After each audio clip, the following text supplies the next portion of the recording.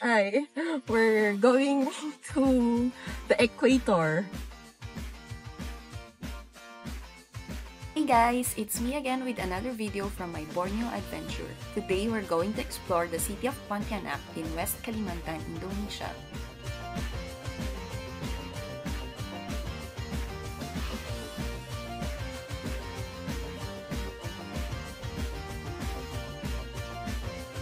After 6 hours of travel by bus from Kuching, I finally arrived in Pontianak. It took almost an hour to get to my hotel because of the traffic. After checking in, I left my stuff in my room and then walked to Ayani Mega Mall to meet my brother and his friend. I traveled to Brunei from the Philippines with them, but the following day we parted ways. I traveled solo to Labuan, then to Kota Kinabalu, and then to Kuching while they traveled together to Miri and Kuching. I didn't catch them in Kuching because I traveled to Pontianak the day I flew to Kuching. From the mall, we booked a grab car to the Equator Monument. Apakah lalu lintas di pagi hari? You understand? Apakah lalu lintas di pagi hari? The driver offered to take us on a tour around Pontianak the following day, and we were deciding on what time we will start the tour. He speaks very little English, so to communicate with him, my brother uses Google Translate, and he does the same to answer our questions. So we are in the Equator Monument in Pontianak. The Equator Monument is a landmark that marks the precise location of the equator, but this monument no longer lies on the exact line of the equator due to constant global shift. We didn't stay long here because the museum was already closed.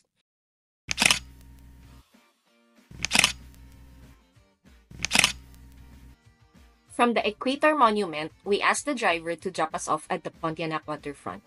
I wanted to have nasi padang for dinner, and the driver said Meldas is the best place for nasi padang.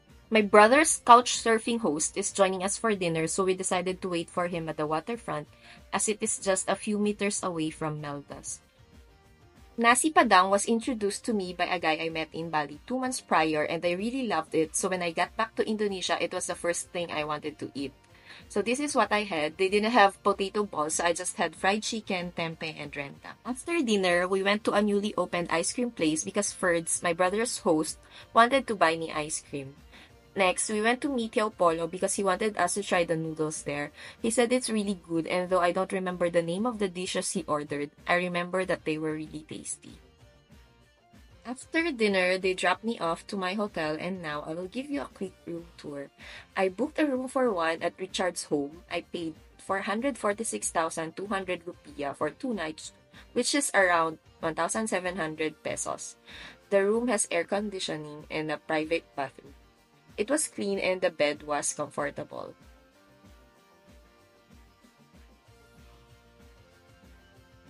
The hotel is a 10-minute walk to Ayani Mega Mall, and it comes with free breakfast.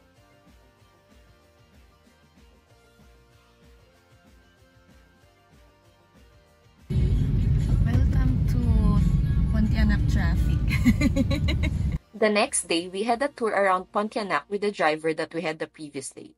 We paid 410,000 rupiah for the 5-hour tour. Our first stop was the Equator Monument.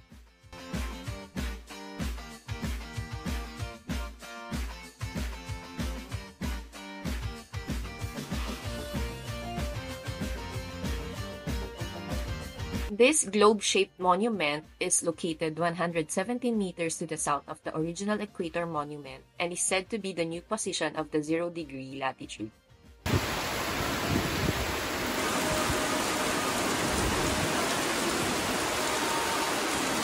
When the rain was not that strong anymore, I asked my brother to take a picture of me here. Next, we went to this place to eat because my brother and Jel didn't have breakfast. Tingin ka muna dyan ng mga 3 seconds. May smile. Para may screenshot. Okay na yan. So that is how we take our picture. I set up my phone in the gimbal, press record, and then we smile for 3 seconds or longer. Tapos, ano na naman siya? Stop kon. May video ka pa yung mga bata. Sa unitan. Oo, adik noon. Pag nakakita ng salamin yun. Ganun sila. Take care. Yeah. Bye. This is how it looks like inside the Equator Monument. The lady at the place we ate told us we can get a certificate for visiting the equator, and we thought the certificate is given here. But there was no one around when we entered, and we waited there for around 15 minutes, but still there's no staff that showed up, so we decided to leave. Then on our way out of the compound, we saw this office. I went down to ask if it's where we could get the certificate, and the guy said yes. We only had to write our names in the record book, and then the guy printed the certificate for us. The certificate is free.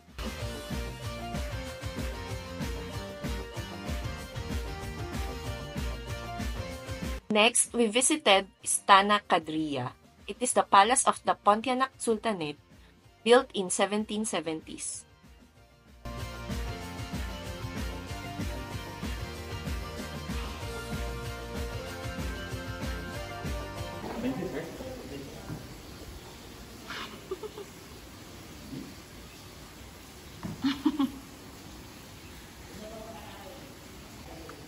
Let's go.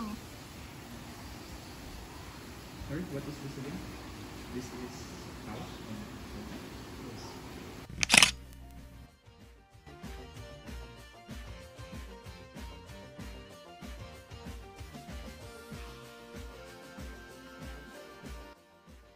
Next, our driver brought us to Jami Mosque of Pontianak, also known as Sultan Syarif Abdurrahman Mosque, the oldest mosque of Pontianak.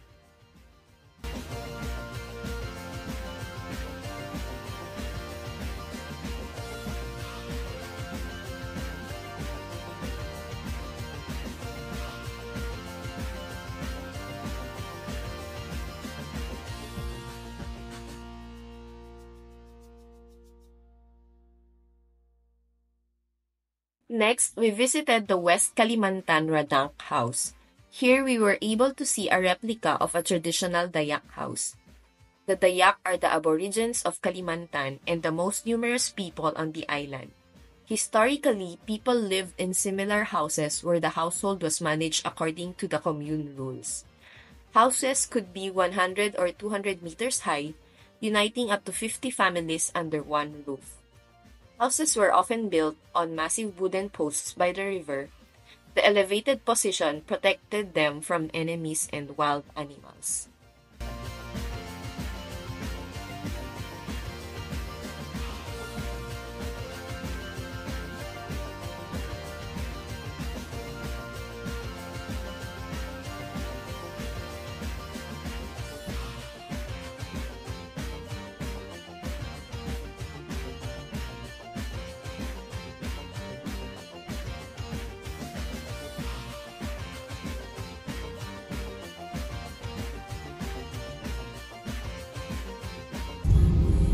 Is this the biggest mosque here?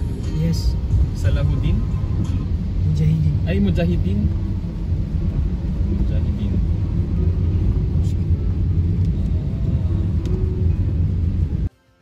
After the tour, we went to Pondok Ale-Ale to have our very late lunch.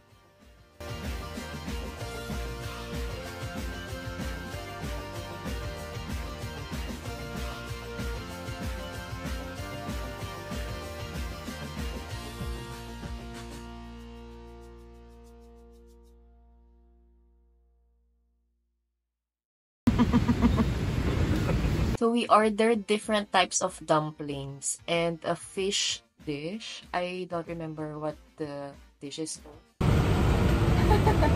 And Picture ka dito.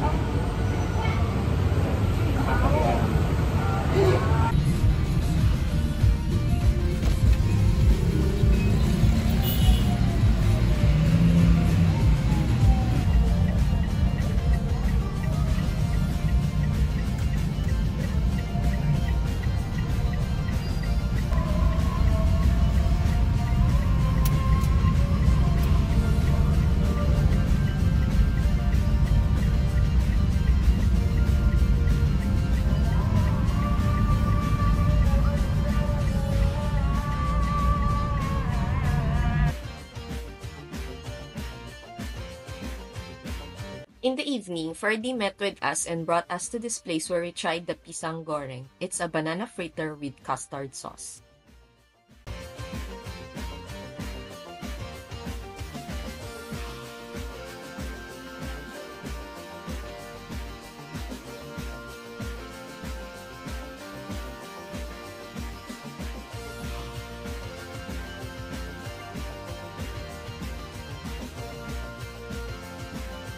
Next, we walked to Mr. Bean's to buy drinks.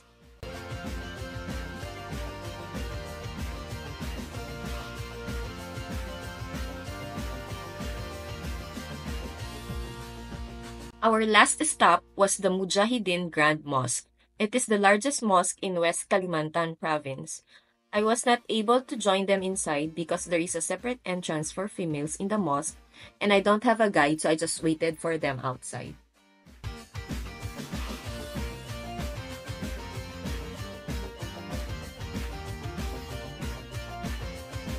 And that's a wrap for our incredible journey through Pontianak.